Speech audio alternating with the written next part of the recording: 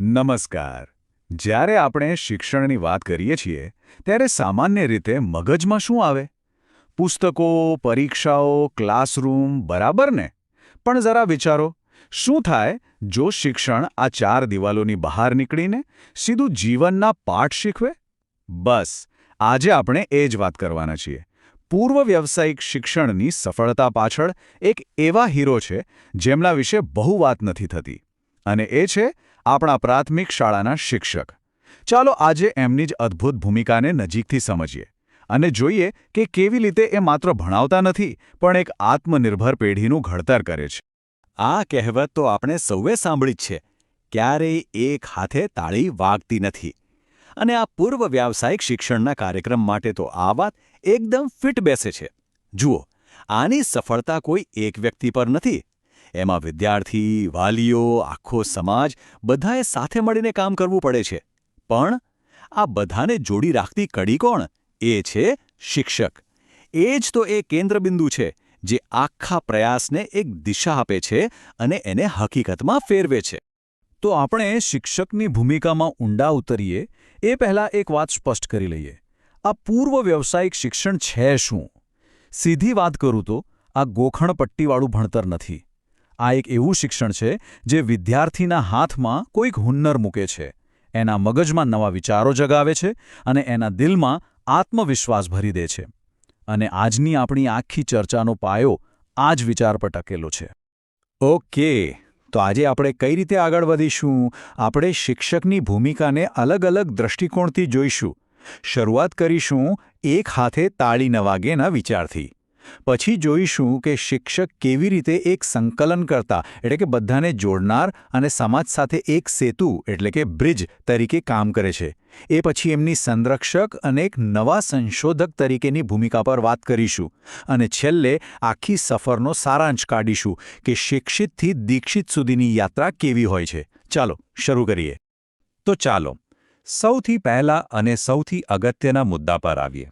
શિક્ષક એક સંકલનકર્તા તરીકે એટલે કે એક એવા કુશળ વણકર તરીકે જે શાળાના રોજિંદા અભ્યાસક્રમમાં વ્યવહારુ કૌશલ્યોના તાણાવાણાને ખૂબ જ સુંદર રીતે વણી લે છે. આ જ એ પાયો છે જેના પર આખા કાર્યક્રમની ઇમારત ઊભી રહે છે. તો એક સંકલનકર્તા તરીકે શિક્ષક કરે છે શું? જુઓ, એ અલગ અલગ વિષયોને એકબીજા સાથે જોડે છે. વિદ્યાર્થીઓને સમજાવે છે કે આ બધું શીખવું શા માટે જરૂરી છે. શાળામાં જે પણ સાધનો હોય એનું યોગ્ય સંચાલન કરે છે. અને હા, સૌથી અગત્યનું, વાલીઓને પણ સાચી દિશા બતાવે છે. ચાલો આ દરેક ભૂમિકાને એક એક કરીને ઉદાહરણ સાથે સમજીએ. હવે આ ઉદાહરણ જુઓ, કેટલું સરસ છે. ગણિત મોટાભાગના વિદ્યાર્થીઓને અઘરો અને બોરિંગ વિષય લાગે. પણ અહીંયા શિક્ષક શું કરે છે? એ ગણિતને ક્લાસરૂમમાંથી બહાર કાઢીને સીધું બગીચામાં લઈ આવે છે. જ્યારે વિદ્યાર્થી પોતાના હાથે માટી ખોદીને ક્યારી બનાવે છે અને પછી એની લંબાઈ પહોળાઈ માપે છે, ત્યારે એક ક્ષેત્રફળ અને પરિમિતિના સૂત્રો ગોખતો નથી, એને જીવંત અનુભવે છે. એને સમજાય છે કે ગણિત તો આપણી આસપાસ જ છે. અહીંયા શિક્ષકની ભૂમિકા માત્ર શીખવવાની નથી પણ પ્રેરણા આપવાની છે.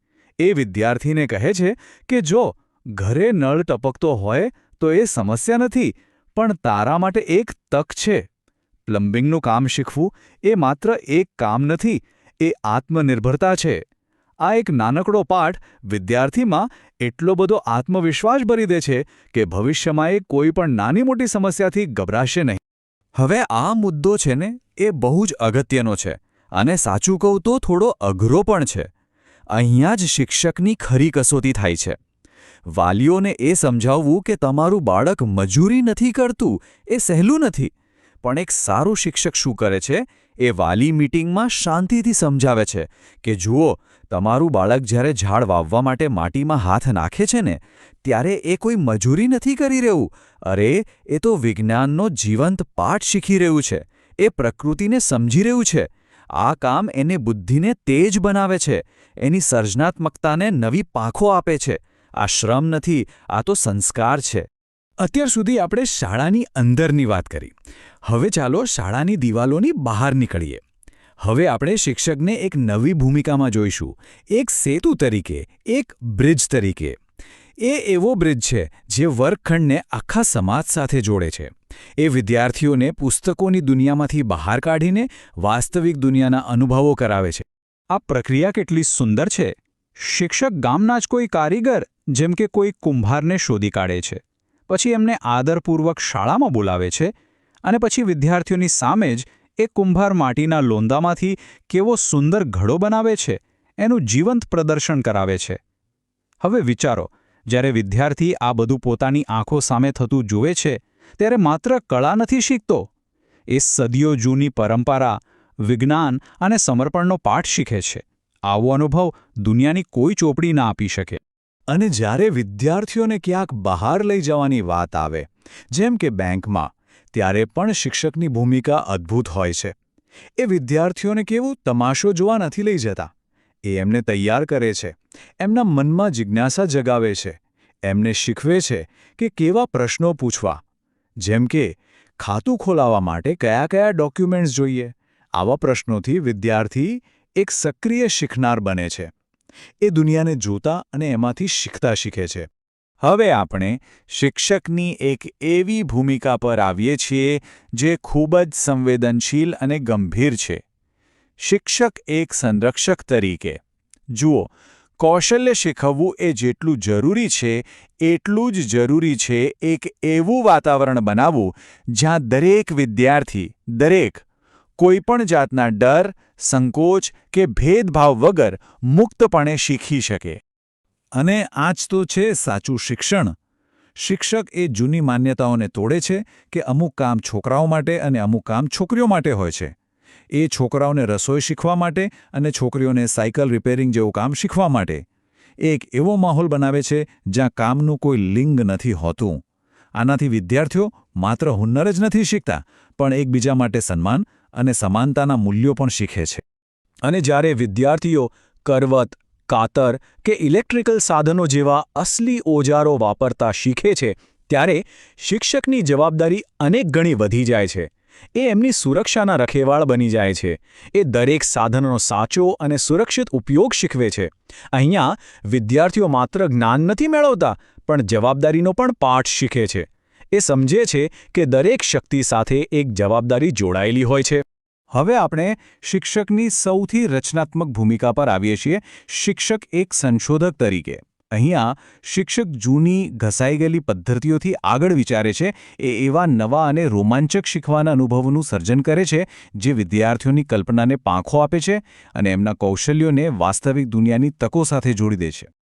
આ બેગલેસ ડેનો વિચાર જ કેટલો ક્રાંતિકારી છે. એટલે કે એક દિવસ એવો જ્યારે સ્કૂલમાં દફતર લાવવાનું જ નહીં. એ દિવસે પુસ્તકોને આરામ અને ધ્યાન ફક્ત અને ફક્ત કળા, સંગીત અને હુન્નર પર. વિચારો, પુસ્તકોના બોજ વગર વિદ્યાર્થીઓનું મન કેટલું મુક્ત થઈ જશે. તેઓ કોઈપણ જાતના ડર વગર નવા નવા પ્રયોગો કરશે અને દિલથી શીખશે. અને આ તો એકદમ જબરદસ્ત પગલું છે. શિક્ષક માત્ર વસ્તુઓ બનાવતા જ નથી શીખવતા, પણ એને વેચતા પણ શીખવે છે. શાળામાં એક પ્રદર્શન યોજાય છે જ્યાં વિદ્યાર્થીઓ પોતે બનાવેલી ચીજો વેચે છે. આનાથી એમને વેપારના મૂળભૂત પાઠ શીખવા મળે છે. અને જ્યારે કોઈ વિદ્યાર્થી પોતાની મહેનતથી પહેલો રૂપિયો કમાય છે ને, ત્યારે એને જે ખુશી અને આત્મવિશ્વાસ મળે છે ને, એ અમૂલ્ય છે. આ છે સાચા અર્થમાં જીવનનું શિક્ષણ. તો આપણે અત્યાર સુધી શિક્ષકની કેટલી બધી ભૂમિકાઓ જોઈ, ખરું ને? એક સંકલનકર્તા, એક સેતુ, એક સંરક્ષક અને એક સંશોધક તરીકે. હવે સવાલ એ છે કે આ બધી ભૂમિકાઓ ભેગી મળીને વિદ્યાર્થીમાં કેવું પરિવર્તન લાવે છે. ચાલો આ સફરના અંતિમ અને સૌથી મહત્વપૂર્ણ તબક્કા પર એક નજર કરીએ, શિક્ષિતથી દીક્ષિત સુધી. આ બે શબ્દો, શિક્ષિત અને દીક્ષિત, આ આખા કાર્યક્રમનો આત્મા છે. જો શિક્ષિત કોણ છે? જેની પાસે પુસ્તકોનું જ્ઞાન છે. પણ દીક્ષિત કોણ છે? દીક્ષિત એ છે જેણે એ જ્ઞાનને આત્મસાત કરી લીધું છે, જેણે કોઈક હુન્નરને પોતાના હાથમાં ઉતારી દીધો છે, જે માત્ર જાણતો નથી પણ કરી જાણે છે. અને શિક્ષકના માર્ગદર્શન હેઠળ આ કાર્યક્રમનો હેતુ માત્ર જાણકાર વિદ્યાર્થીઓ નહીં, પણ કરનાર વ્યક્તિઓ તૈયાર કરવાનો છે. તો અંતે આપણે ફરી એ જ મૂળ વાત પર પાછા આવીએ છીએ. એક સમર્પિત શિક્ષક એ જ એ આધારશિલા છે જે આ આખા શૈક્ષણિક માળખાને મજબૂત બનાવે છે, સફળ બનાવે છે. એ શિક્ષકના સમર્પણ અને મહેનત વગર આત્મનિર્ભર વિદ્યાર્થીઓ બનાવવાનું સપનું ક્યારેય સાકાર ન થઈ શકે. અને અંતે આ આખી ચર્ચા આપણને એક ખૂબ જ મહત્વના સવાલ પાસે લાવીને મૂકી દે છે. જો આપણે ખરેખર એવી પેઢી બનાવવા માંગતા હોઈએ જે આત્મનિર્ભર હોય, જે સમસ્યાઓનો ઉકેલ લાવી શકે, તો આપણે સૌએ મળીને સમાજ તરીકે, સરકાર તરીકે અને નાગરિક તરીકે આપણા શિક્ષકોને વધુ મજબૂત અને સશક્ત બનાવવા માટે શું કરવું જોઈએ? કારણ કે યાદ રાખજો, જ્યારે આપણે એક શિક્ષકને સશક્ત કરીએ છીએ ત્યારે આપણે આપણા આખા દેશના ભવિષ્યને સશક્ત કરીએ છીએ. આભાર.